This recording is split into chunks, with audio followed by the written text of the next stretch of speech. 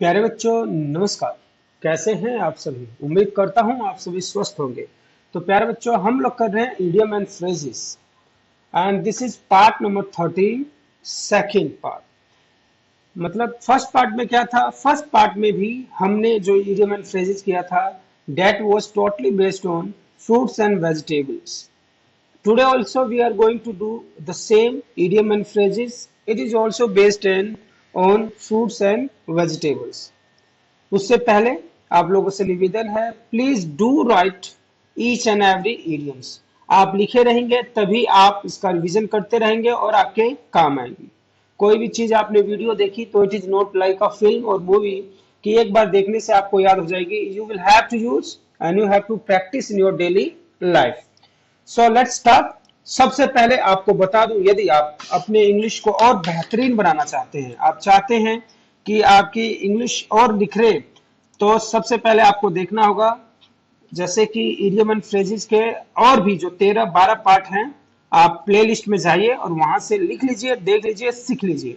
उसके बाद if you want to learn tenses, यदि टेंस आपका कमजोर है, mainly if you are a beginner, यदि आपने स्टार्टिंग से इंग्लिश सीखना प्रारंभ किया है, तो मैं आपसे उम्मीद करता हूं कि आप बिल्कुल टेंस वन पार्ट नंबर देखेंगे, टेंस वन से स्टार्ट करेंगे और हर एक पार्ट्स को देखेंगे सो दैट कि आप बिल्कुल बेसिक से इंग्लिश सीख पाएंगे। And after that daily use sentences. इसमें 50 ऐसे डेली यूज सेंटेंसेस हैं जो हमारे रोजमर्रा की जिंदगी में काम आते हैं। यदि आप एक विद्यार्थी हैं, देन क्लास में कैसे बोली जाती है इंग्लिश। यदि आप एक मार्केटिंग टीम के सदस्य हैं, वहां पे कैसे बोली जाती है, you will get to know. किसी का बर्थडे है तो कैसे बोलना है। तो सारे डेली यूज सेंटेंसेस उसमें बताए जा चुके हैं। मीन्स एक में अगर आप सीखेंगे, रोजाना अगर आप सीखेंगे, तो विद इन 2 मंथ्स आपको लगभग, अगर हर एक में कम से कम 10 डेली यूज सेंटेंसेज है तो 300 हो गया, और फिर से 300 और लगभग 600 ऐसे सेंटेंसेस आपको मिल जाएंगे जो आपको डेली प्रयोग करना होगा और उससे बाहर कुछ होता ही नहीं है। आगे बात समझ में? Next, then on every Sunday you will get a motivational dose, जहां पे आपको जिंदगी की मुश्किलात जो आती हैं उसका कैसे डटकर सामना किया जाता है, इन सभी बातों पे विचार विमर्श करते हैं। अब हम सीखेंगे इडियम एंड फ्रेजेस, और पहला आज का इडियम एंड फ्रेजेस है to be like two peas in a pot. इसका क्या मतलब है? आप चित्र से भी देख रहे होंगे तो आप अनुमान लगा रहे होंगे कि इसका क्या मतलब। जैसे कि ये चित्र में दिखाया गया है कि ये जो दो पीस के दाने हैं, मटर के दाने हैं, they are in a single pot, एक ही इसमें खोल में है। तो इसका मतलब क्या हो सकता है? आप अनुमान लगा सकते हैं क्या? बताइए। यस, एक ही प्रकार के, सिमिलर, ऐसा कह सकते हैं। Yes, you are right. It means it means to be exactly the same as someone else और exhibiting the same personality trait. मतलब सेम पर्सनैलिटी ट्रेड मतलब सेम प्रकार के कैरेक्टरिस्टिक्स, सेम प्रकार के गुण अगर हमारे किसी से मैच करते हैं, then we can call that we are like two peas in a pot. Example से समझ लेते हैं जरा। They were two peas in a pot. They liked all the same things. मतलब वहां पे मतलब एक पसंद वाले लोग थे, उनकी जो पसंद थी सब एक जैसी थी। More over they share their birthdays together, और अपना जन्मदिन भी साथ में मनाते थे। तो इसका मतलब होता है to be like two peas in a pot. ओहो, ये दीदी क्या कर रही है? ये देखो, ये इसके कान में बुड़बुड़ा रही है और ये चिटकारे लेके मजे मजे से मतलब खुश हो रही है। हो। तो कहने का मतलब है टू स्पिल द बीन्स। इसका तो कुछ ना कुछ मतलब होगा। If she is saying in her years, तो इसका मतलब कुछ ना कुछ सीक्रेट रिवील कर रही होगी।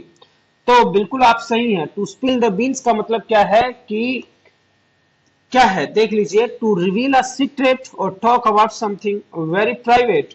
कोई प्राइवेट चीज बोलना या किसी के विषय में कोई सीक्रेट बात लीक करना, that is known as to spill the beans. Example, why did you spill the beans about them? तुमने उनके बारे में क्यों सारी बातें बता दी? And the next is cool as cucumber.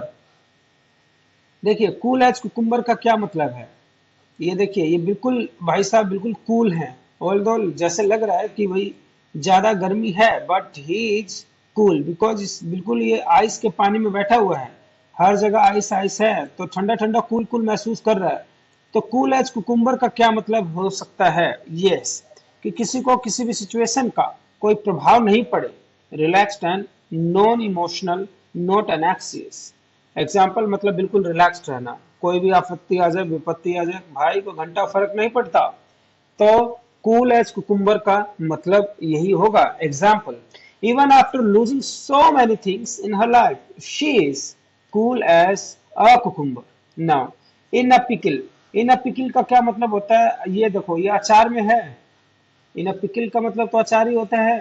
अब इससे हम क्या मतलब निकाल सकते हैं, किसी आफत में किसी दुविधा में पड़ जाना तो उसको हम क्या कहेंगे, in a pickle, meaning a tight spot और difficult situation. If we are stuck in something difficult situation तो इस प्रकार के सिचुएशंस को हम क्या कहेंगे, इन अ पिकल।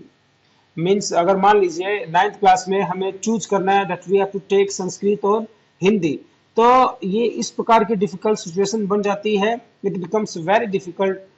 यदि ये कब डिफिकल्ट हो जाता है, जब हम दोनों में ही अच्छे होते हैं और दोनों से ही हम उतना प्रेम करते हैं, दोनों ही भाषाएं अच्छे से समझ में आती है, then we are in a pickle.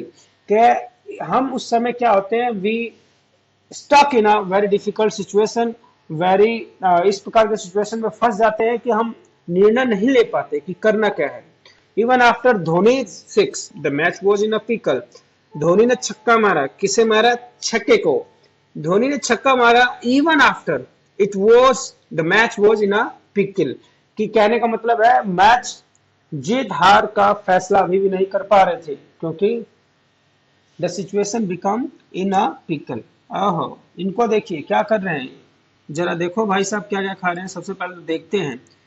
ये देखो पैर पसारे हुआ है, पेट फुलाए हुआ है, पेटूराम। यहाँ पे साथ में कुछ है, it seems that it is a hard drink, let's say it is a cold drink. और ये देखिए बिल्कुल हड्डियां चबा चबा के खा रहा है और ये नीचे फेंक भी रखा है।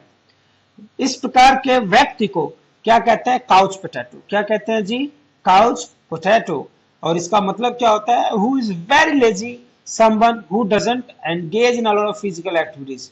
बस खाया पिया पसर गए, खाया पिया पसर गए।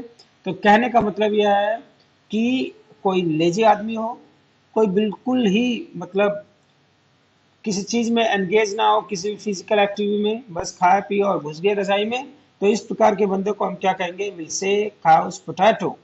During the weekends I lay in my bed as a couch potato. वो तो ठीक है, वीकेंड्स में तो भाई काउच पोटैटो बन सकते हैं, बट बहुतों को बहुत सारा काम होता है तो they can not do the same. But during weekend we can relax by becoming a couch potato. एक काउच पोटैटो बनने के बाद हम रिलैक्स फील कर सकते हैं या रिलैक्स्ड हो सकते हैं। एप्पल ऑफ समवन्स आई। अब देखिए किसी के आंखों का एप्पल तो हो नहीं सकता, तो आंखों का तारा बोल दो भाई। एप्पल ऑफ समवन्स आईज का मतलब क्या है, the object of a persons affection और regard, a greatly cherished person or a thing. Example, my son is apple of my eye. मेरा पुत्र मेरी आंखों का तारा है। कौन कहता है, माँ कहती है। पिता भी कहता है, बट माँ तो हर दिन कहती, हर बार कहती है कि मेरा बेटा सबसे सुंदर है, सबसे अच्छा है। He is apple of my eye, my son is apple of my eye. तो आप लोग भी अपने माता पिता की आंखों के तारे होंगे। So you can also say that I am also Apple of my parents I. तो प्यारे बच्चों, यदि आपको ये वीडियो अच्छी लगी हो, अच्छी तो लगेगी ही लगेगी यदि आप एक मतलब सीरियस लर्नर हैं तो, क्योंकि जरूर मैंने कुछ ना कुछ ऐसा प्रयास किया है कि आपको इंग्लिश सिखाया जा सके, and these are the idiom and phrases which you can use frequently in your daily life and enhance your English communication skills। तो प्यारे बच्चों और प्यारे दोस्तों, मुझे उम्मीद है आज की वीडियो बहुत सार्थक रही होगी और आपको चीजें समझ में आ गई होगी। तो इंतजार करिए वीडियो पार्ट नंबर 14 का। वो भी वीडियो आपको फ्रूट्स एंड वेजिटेबल से रिलेटेड है, मीन्स थर्ड वीडियो ऐसी होगी जो आपको फ्रूट्स और वेजिटेबल से रिलेटेड ज्ञान देगी, इडियम एंड फ्रेजेस देगी। टिल देन टेक केयर, खुश रहिए, खुशामदीद।